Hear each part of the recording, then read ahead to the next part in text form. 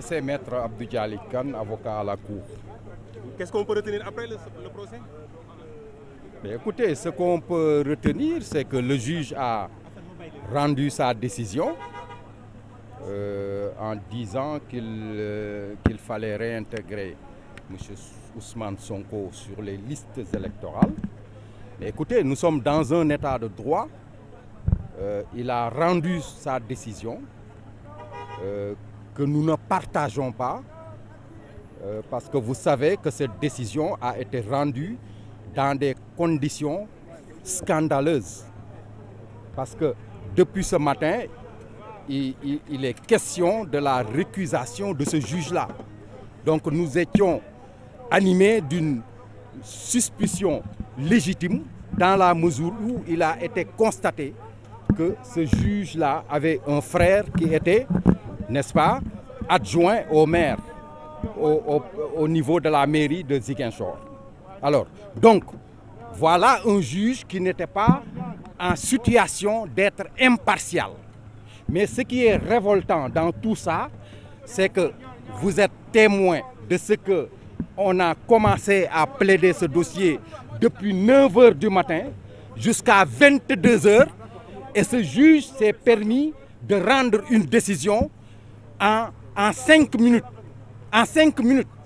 Donc il n'a pas pu analyser tous les arguments qui ont été développés par l'une et l'autre partie en rendant sa décision en 5 minutes. Ce qui nous fait penser qu'en commençant cette audience, il avait déjà une décision préfabriquée. Et ça, c'est scandaleux. Nous allons nous pourvoir en cassation. Ça, c'est clair. Parce qu'il est établi que M. Ousmane Sonko est forclos. Et il est forclos. L'acte lui a été notifié le 19 septembre. Il n'a fait son recours qu'à partir du 4 octobre. Alors que la loi lui impartissait un délai de 5 jours. Par voie de conséquence, il était tout à fait forclos. Et c'est la raison pour laquelle nous allons nous pourvoir en cassation et la Cour suprême va nous départager. Maître Adama Fall pour le wolof waa di leen sant di leen gërëm li nga xam ne peut-être mooy xibaar bi ñëpp jotandoo mooy tribunal d'instance bu Ziguinchor waddal na dogalam ci dogalam bi dafa jàpp ne génnee bi ñu génnee Ousmane Sonko ci liste électorale yi jaarul yoon donc joxe na sañ-sañ ñu delloo ko ci liste électorale yi donc décision boobu décision justice la ñun suñu wàll ci avocat bu décision justice wàccee li ñuy njëkk a def mooy respecté ko parce que loolu mooy suñu wareef waaye yoon may nañu suñu ci d'accordul ñu am feneen fu ñu ko jooyee d'accorduñu ci nag fas yéene nañ koy yóbbu fu ñu koy jooyee muy Cour suprême ndax dañu jàpp ne am na lenn ci doxalin bi loo xam ne tee na xel ndax bu ay avocats plus de 20 avocats teewee ci tribunal bi 9 heures ba 22 heures fukki waxtu ak benn di plaider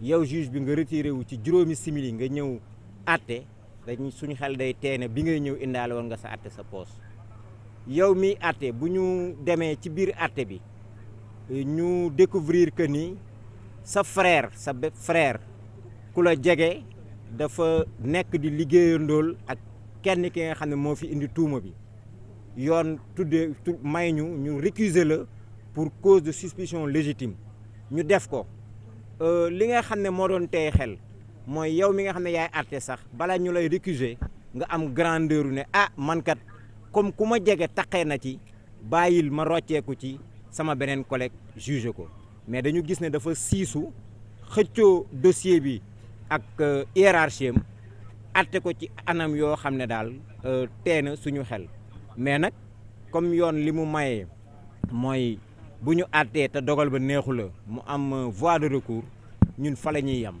dinañ def suñu recours devant la Cour suprême parce que dañu jàpp encore une fois que ni ñun ñoo am dëgg ci wàllu wi su fekkente ni dañu retirer Ousmane Sonko des listes électorales autorité bi ko def da ko teg ci yoon su fekkee dañu retirer Ousmane Sonko ci liste électorale yoon may ko mu saisir tribunal defu ko ca délai ba donc argument yooyu yëpp du yem fii dinañ ko yóbbu incha allah devant la Cour suprême.